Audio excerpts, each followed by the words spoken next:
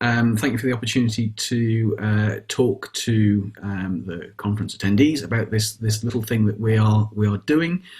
I think I've only got about 10 minutes because it's a lightning talk, so I'll just jump straight in. So my name's Damon Querry. I'm Research Information Systems Manager at the University of Edinburgh. We've been using Pure for quite some time now. I think probably about 9-10 years.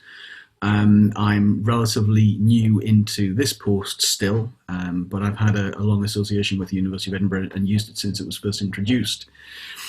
So I'm going to talk to you today about an issue we were trying to solve to do with other repositories within the university. We have many other repositories, not just Pure and the Pure portal that we use as our institutional repository.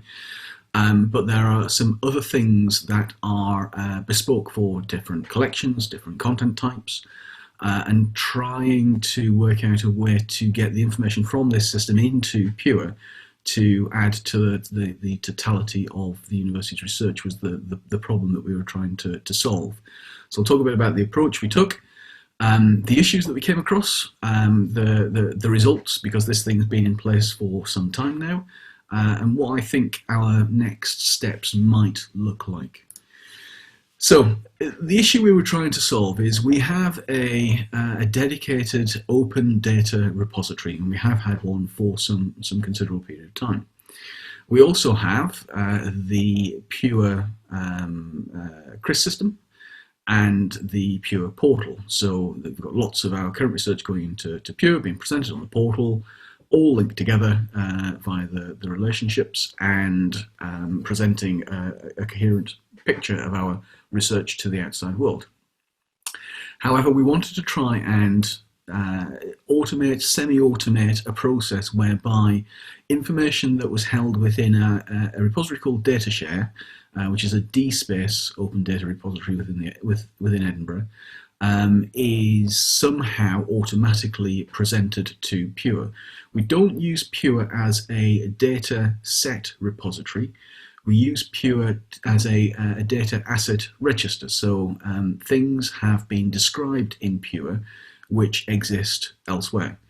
And the vast majority of the data sets we have within Edinburgh, the open data sets, sit within our DSpace repository. So we were trying to get to a point where we were able to use the workflow that was already in place to deposit and curate data in our open data repository DataShare, reuse that metadata in Pure without all that tedious cutting and pasting between different systems. So we ended up with the ability to take a record like this on the left-hand side, replicate it in Pure on the right-hand side, with minimal input from our data librarians, from our academic depositors, from our data creators, to enable that bigger holistic picture of research at the university. So how did we do it? Well, we decided that there were other options available, but at the time we looked at just bulk upload of XML. So using the bulk tools that are in Pure, working with people in the research data team and a team of developers, we help them devise a job that runs monthly that does some pulling of information from the Pure API to look at individuals and affiliation information, which is quite important. That then matches the Pure IDs with authors in DataShare, and that is not without its problems, as we'll see shortly, because the matching is just on names. There's then a Python script that builds the metadata XML that we then will ingest into Pure, just a single file. The Pure administrator imports it, and then the data librarians curate the resulting records. This thing seems to work quite well. There is minimal effort required by people who are then curating the records as they appear in Pure. We do have some issues around disambiguation of users because Pure IDs are just in Pure and not in DataShare. The matching of individuals is done on a name basis, so it sometimes gets it right, it sometimes gets it wrong. So there's often a little bit of tidy up required when it gets into Pure to disambiguate John Smith, to link it up to the correct person. We had some issues with the XML generation initially. It was a little bit hit and miss. The documentation is a little patchy, but with some help from Elsevier colleagues, we worked out exactly what needed to be put in which set of square brackets in the XML in order to get the data out of one system and into the other system. This unfortunately still has to be run by an administrative member of staff. So someone who is pure admin gets this file once a month and then needs to run it, needs to upload it into the system. We initially started with lots of single files for each data set, just to, as we were hammering out some teething issues in the process. We now run just a single XML file import, and that takes a few seconds to do a great big massive file rather than a few seconds to do individual files. And we're seeing about 30 to 40 records come through per month into Pure from our data repository. So it's been running for about 12 months, over 12 months now. It is responsible for creating around about 70% of the dataset records that exist within Pure. So this is a fantastic number of records which we didn't have to rekey, which we piggybacked off the well-established processes that exist elsewhere within the library. The processes that they've got in place for depositing data within DataShare, we are leveraging some extra functionality from the metadata that's being deposited into that system. We're then able to create the relationships that are very important within Pure, within a CRIS system.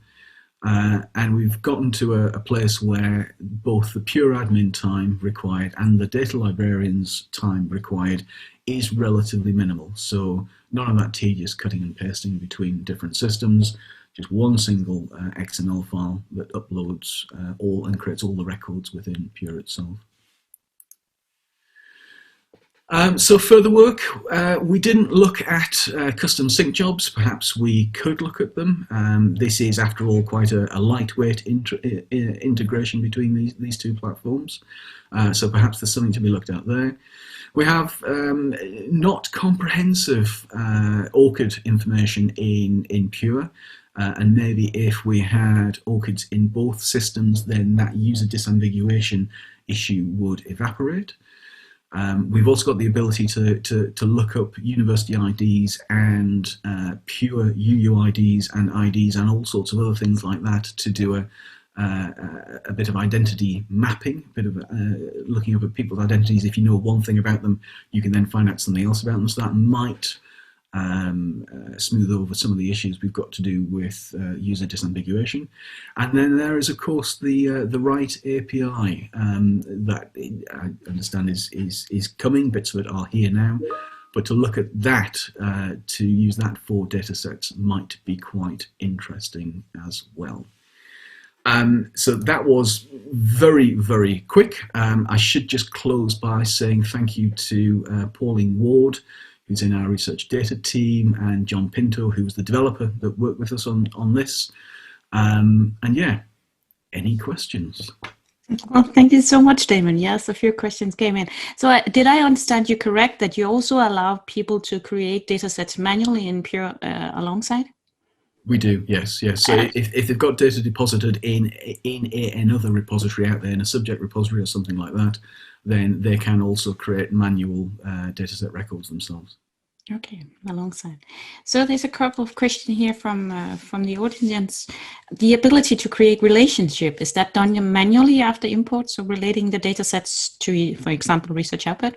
It is done manually. I'm aware that there are certain things in later schemas, in later DataSite schemas, that have the ability to hold things like funder information. So that'd be quite interesting to try and if we were using the later dataset schemas and DataSite schemas, sorry, and we had a sponsor funder reference in the DOI metadata, to try and do something around that, to do some automatic linking of datasets to the funding that produced them. That would be quite interesting. But the linking up to any outputs that are related to the data, or the outputs that were built, that were written using the data, it's all manual, I'm afraid. And I think the last question we have time for, there's a few more questions, but you can take them in the chat afterwards. But I think you briefly mentioned, and this also, could you use external IDs such as ORCID to identify users in both the systems? So that's one of the things you're working on, right? That's one of the things we should definitely look at. So we've got an identity lookup API that takes pure identifiers and maps them onto other university identifiers. So both systems use a single sign-on method. So from that, we could also extrapolate a pure ID for a particular person. So that's another avenue of work we could look at. Perfect. Thank you so much, Damon. Very interesting. I'm sorry we have to close down the discussion for now. We could keep going, I'm sure.